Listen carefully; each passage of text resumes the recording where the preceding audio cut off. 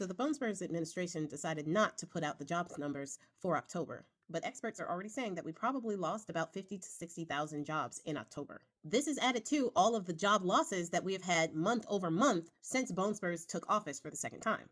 So there's no wonder why they canceled the jobs numbers for October and delaying the jobs report for November until December 16th, in which I'm sure they'll find a reason not to release it because transparency and all of that. What we do know is that the unemployment numbers went from 4.3 to 4.4%. So more people are out of work. And somehow the companies are still making more money this year than they did last year. Walmart specifically made $179.5 billion, which is up from the $177.45 billion that they were expected to make. They increased their revenue by 5.8% year over year. Even with people out of work, the government being shut down, and tariffs and all of that, they were still able to eke out those numbers in the third quarter. But it is important to remind ourselves that Walmart, even though a lot of people are protesting Walmart, it wasn't the main focus of a lot of people who were protesting with their wallets. Target was, and those numbers are a little different. Target was expected to make $25.44 billion in the third quarter. They ended up making $25.43 billion in the third quarter, taking their earnings down by 1.5%. Now, that might not seem like a lot, but when you add it to the fact that they made $25.7 billion at this time last year, and they have been having problems meeting their expectations this entire year for every quarter, it's understandable why Target would be a little nervous. This has been a really bad year for them. And it's because they lost a large portion of their customer base. I'll say it before and I'll say it again. The people are the ones who give these companies the money that they have. The people are the ones who make these billionaires rich. The people are the ones who give our hard-earned money, sometimes the hard-earned money that we make working for these companies. We give it right back to them while they get all the tax cuts, all the breaks, all the government welfare, and look at us as if we owe them something.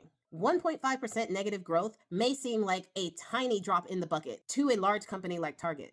But trust me, they are sweating because they understand something that sometimes we don't. The money can dry up really quickly, especially if we start keeping our hard-earned dollars to ourselves and circulating them within our communities and to smaller businesses and mom and pop shops. It has already been established that companies like Walmart make $2 billion plus in SNAP benefits alone, but they made $179.5 billion in this last quarter. Not all of that is SNAP.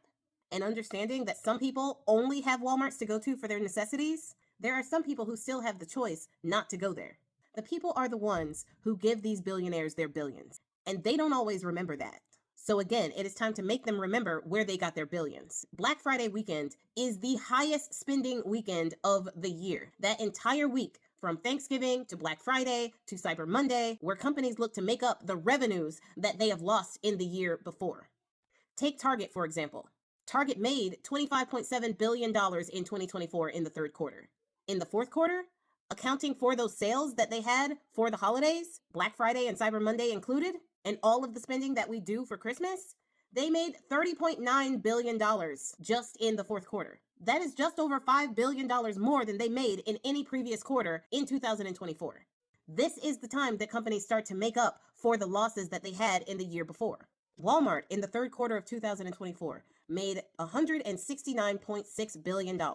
In the fourth quarter, which included Cyber Monday, Black Friday, and Thanksgiving, as well as spending for Christmas, they made $180.6 billion just in the fourth quarter. The fourth quarter, at this point, is when companies make the most money. And they are looking to us, the people, to buy and consume and spend money at their companies. This is how they make up their profits, especially if they're like Target and they haven't been hitting their bottom line. They look for us to fill in that gaps with consumerism, with shopping, with Christmas gifts, and spending during the holiday season. So yes, there is a blackout that's going to be from November 25th to December 2nd. But as so many people said in my comments the last time I did a video on a blackout, that shouldn't be the only week that we stop spending. We should definitely stop spending en masse during that week, but we shouldn't spend any more than we have to this year. Not unless we are supporting small businesses or businesses on the right side of history. These companies think they are so entitled to our money.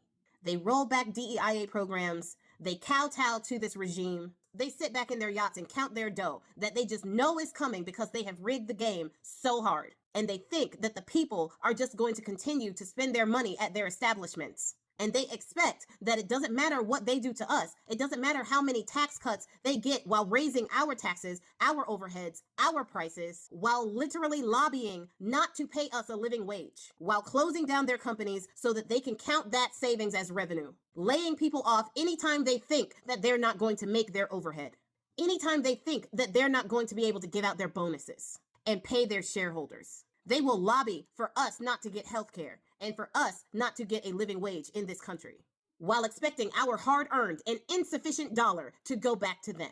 Enough. Enough is enough. November 25th to December 2nd. If you do nothing else, participate then. We had 7 million people participate in the No Kings protest.